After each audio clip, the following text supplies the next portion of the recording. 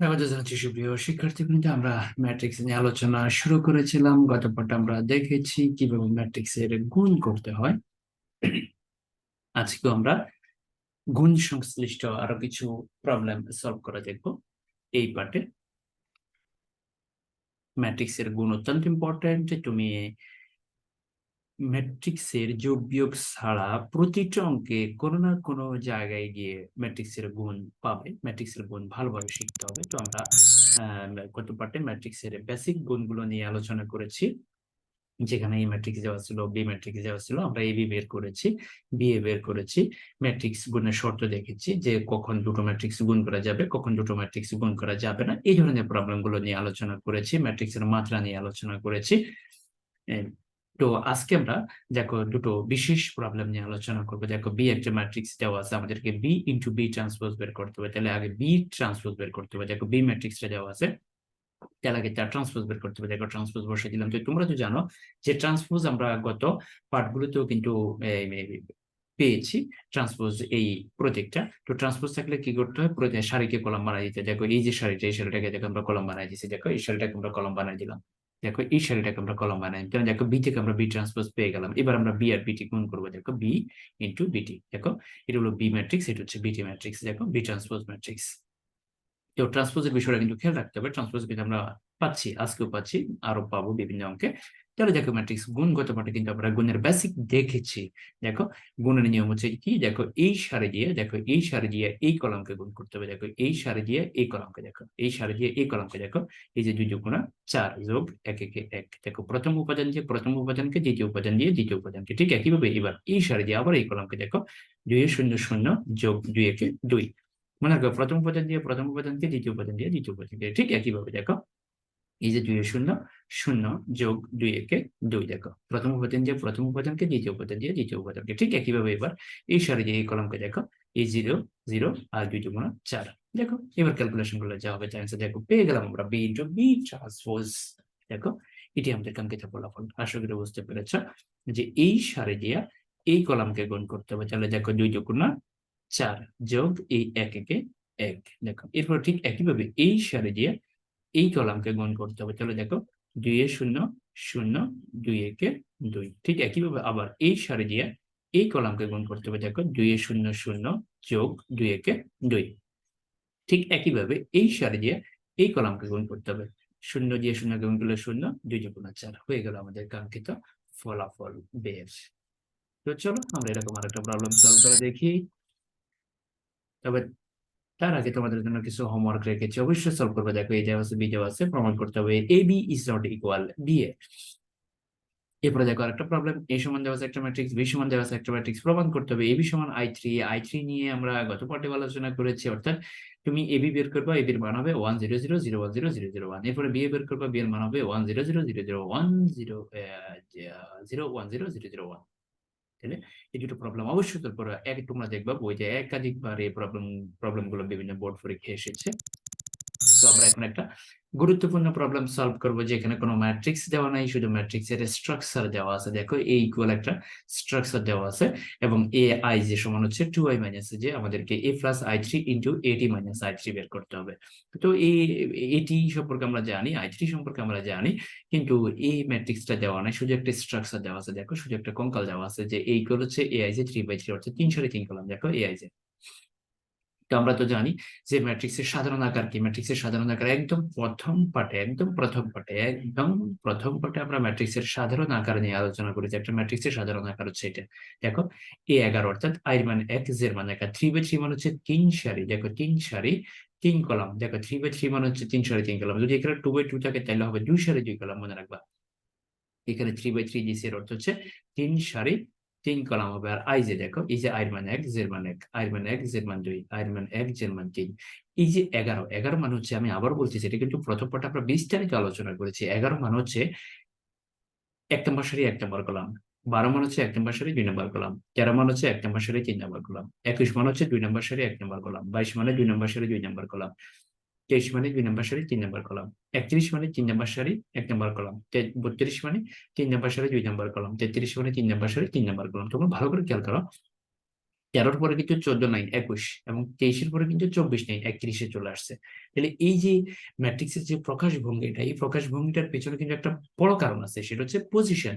যে 11 মানে 1 নম্বর সারি 1 নম্বর কলাম, 12 মানে 1 নম্বর সারি 2 নম্বর কলাম। মনে রাখো প্রথম উপাদানটা হচ্ছে সারি আর দ্বিতীয় উপাদানটা হচ্ছে কলাম। দেখো প্রথম উপাদানটা সারি, দ্বিতীয় উপাদানটা কলাম, প্রথম উপাদানটা সারি, দ্বিতীয় উপাদানটা কলাম। তো এখন এই যে এই এলিমেন্ট গুলো আমরা দেখতেছি যে A11, A12, A13, এগুলোর মান আমাদেরকে বের করতে হবে। দেখো আমরা এখান থেকে বের করবো এগুলো। দেখো এখানে দেওয়া আছে কি, a is equal to y minus j। তো দেখো A11, 11 মানে i মানে x, z মানে এক। দেখো i মানে x, z মানে ইকুয়াল টু 1। এরপর দেখো 12, 12 মানে i মানে x, z মানে 2। দেখো এই যে 2 into 1 minus 2 ইকুয়াল টু 0। এরপরে দেখো 13, 13 মানে হচ্ছে i মানে x, z মানে 3। দেখো i মানে x, z মানে 3 ইকুয়াল টু minus 1। এরপরে দেখো 21, দেখো 21, 21 হচ্ছে i মানে 1, i মানে 2, z মানে 1। দেখো i মানে 2, z মানে 1। তাহলে দেখো i মানে 2 বসাও, z মানে 1 বসাও। দেখো হয়ে গেল। এবার i মান 2, z মান 2। দেখো এরপরে i মান 2, z মান 3। তাহলে এরপরে i মান 3, z মান 1, কত হচ্ছে 5। এরপরে দেখো i মান 3, z মান 2। দেখো 32, i মান 3, z মান 2। দেখো এরপরে i মান 3, z মান 3। দেখো হয়ে গেল, আমরা মানগুলো বের করে ফেলেছি, মানগুলো এখানে রিপ্লেস করে। দেখো A11 হচ্ছে 1, এরপরে দেখো A12 হচ্ছে 0, A13 হচ্ছে -1, এরপরে A21 হচ্ছে 3, A22 হচ্ছে 2, এরপরে A23 হচ্ছে 1, এরপরে A31 হচ্ছে 5, এরপরে A32 হচ্ছে 4, A33 হচ্ছে 3। দেখো ম্যাট্রিক্সটা আমরা পেয়ে গেছি। তাহলে আগের অঙ্কগুলোতে সরাসরি এই ম্যাট্রিক্সটা দেওয়া ছিল, এই অঙ্কে দেখো এই ম্যাট্রিক্সটা সরাসরি দেওয়া নাই, তারা একটা স্ট্রাকচার দিয়েছে, তারা এই একটা স্ট্রাকচার দিছে আর এআই এর মানটা দিয়ে দিছে। তাহলে দেখো এই কাজটা আমাদেরকে বাড়তি করতে হয়েছে, এই কাজটা আমরা এই অঙ্কে বাড়তি করেছি, কিন্তু আগের প্রবলেম গুলোতে কিন্তু এই ধরনের অবস্থায় আমরা পড়ি নাই। তাহলে দেখো আমরা এই মান বের করছি। তাহলে এখন আমাদের কাজ হচ্ছে কি বের করা, a+i3 বের করা। চলো আমরা a+i3, তো আশা করি এইটুকু বুঝতে পেরেছো। এই ধরনের প্রবলেম কিন্তু আমরা সামনে আরো সলভ করবো। এইটা কিন্তু জটিল কিছু না, তবে একটু সময় সাপেক্ষ বিষয়, করতে একটু সময় বেশি লাগে, এইটুকুই পার্থক্য। চলো আমরা a+i3 বের করি। a+i3, a যোগ i3 টা আমরা জানি, আমরা আজকে আলোচনা এই যে বলেছি শুরুতে i3 আমরা বিগত পাঠগুলোতে পেয়েছি, কিন্তু i3 সমান কত। দেখো তো যোগ করে দাও। দেখো যোগ করো। দেখো এই যে 1 আর 1 যোগ করলে 2। দেখো 1 আর 1 যোগ করলে 2। এরপরে দেখো 1 আর 0 যোগ করলে 0। দেখো এরপরে -1 আর 0 যোগ করলে -1। দেখো হয়ে গেল। তো চলো এবার এটি মাইনাস আই থ্রি, এটি মানে কি, এ ট্রান্সপোজ। আগে ট্রান্সপোজ, দেখো ট্রান্সপোজ বসালাম, -i3 দেখো বসাই দিলাম। এবার এটাকে ট্রান্সপোজ করতে হবে। তো ট্রান্সপোজ তো আমরা দেখেছি। দেখো ট্রান্সপোজ হচ্ছে কি, একটু আজকের প্রবলেম, একটা প্রবলেম আমরা দেখেছি এটা, যে এই সারিটাকে কলম বানাই যাবে। দেখো এই সারিটাকে কলম বানাই দিলাম, এরপর এই সারিটাকে কলম বানাই দিলাম, এরপর এই সারিটাকে কলম বানাই দিলাম, মাইনাস দেখো i3। এরপর বিয়োগ করো। দেখো অবস্থান থেকে অবস্থান বিয়োগ, থেকে 1 থেকে 1 গেলে দেখো 0। এরপরে 3 বিয়োগ 0 সমান হচ্ছে 3। এরপরে 5 বিয়োগ 0 সমান হচ্ছে 5। দেখো এরপরে চলো এবার আমরা ফাইনাল কাজটা করে ফেলি। a+i3 into at minus i3। দেখো a+i3 মান বসালাম, ইন্টু at মাইনাস i3 মান বসালাম। এবার গুণ। তো গুণের বিষয়টাতে আমরা জানি যে অবস্থানের সাথে অবস্থান হয় না, এখানে গুণটা একটু ভিন্ন, একটু ব্যতিক্রম গুণ। দেখো গুণ হচ্ছে এই সারি দিয়ে, দেখো এই সারি দিয়ে এই কলামকে গুণ করতে হবে।